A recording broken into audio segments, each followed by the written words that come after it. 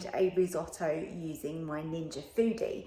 So today we're going to create a different one, and this one is a chorizo and chicken. And we're going to add in some peas as well for some colour, texture and flavour. And obviously it's good to have veg with every meal if we can. I'm using a different method to make this, so hopefully it just shows you a couple of different variations on making a risotto, and you can choose which one is your favourite. This is really easy to make. It's a nice, quick, easy dinner because it's all done in one pot and it tastes absolutely delicious. So let's go and make it. Let's get started with a little bit of spray oil in the bottom of the Ninja, and I'm on sear and saute level 3. I'm going to add the onion in that I'm using. So I've just diced up a shallot here, but you can use a larger onion if you prefer. This is generously going to feed 2 people this evening. But of course, if you're feeding more, just double it, triple it, it's not a problem. So in with the onion, I'm going in with my chorizo. There you go. And that's going to let out all of its beautiful colour, oils and flavour. And it makes the most gorgeous base. You can see why we didn't need much oil. A little bit of spray oil is plenty.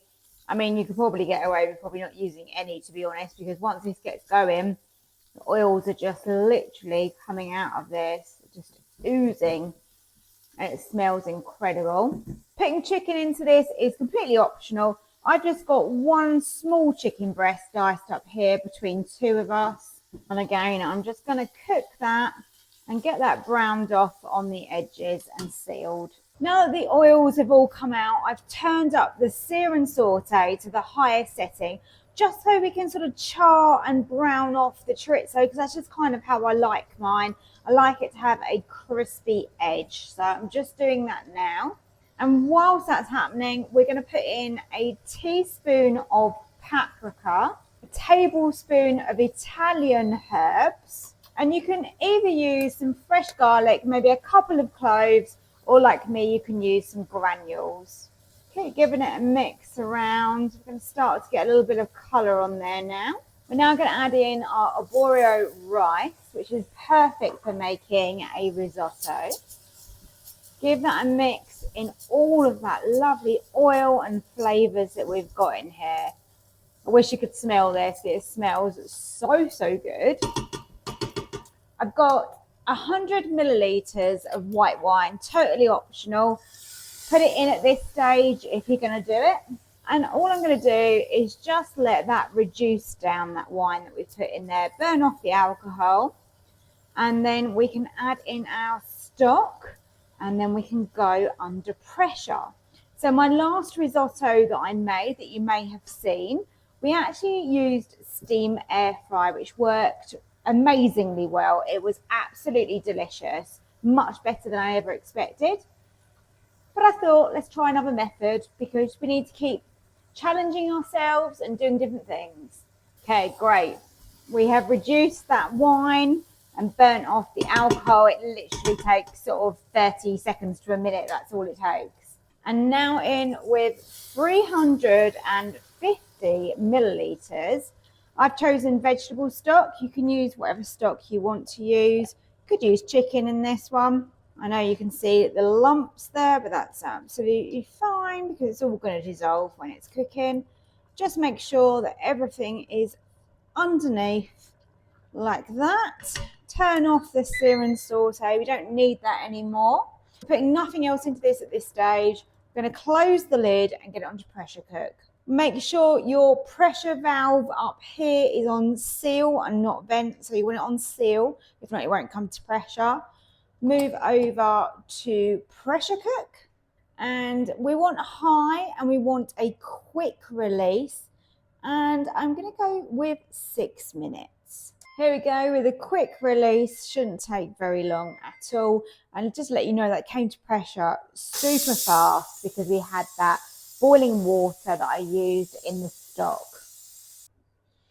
Okay, we can open the lid and have a look what we've got inside.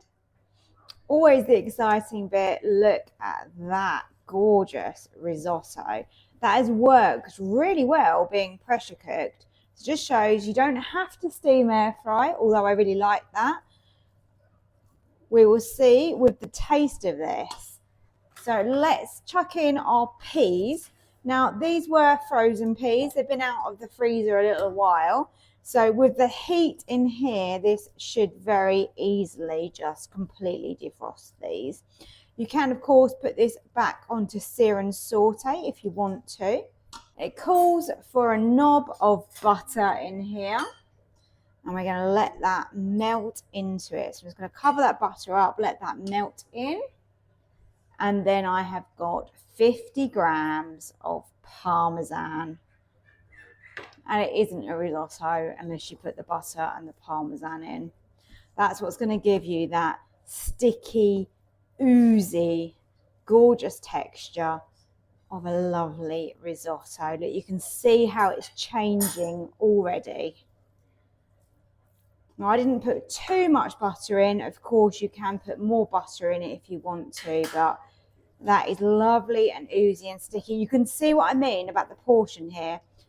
I kind of said this is for 2 people, but it actually looks quite massive now. This could even feed 3 to 4. It really depends on your appetite and if you're having anything with it. Now, I think that is ready to serve. Here we go. Let's serve up some of this lovely risotto.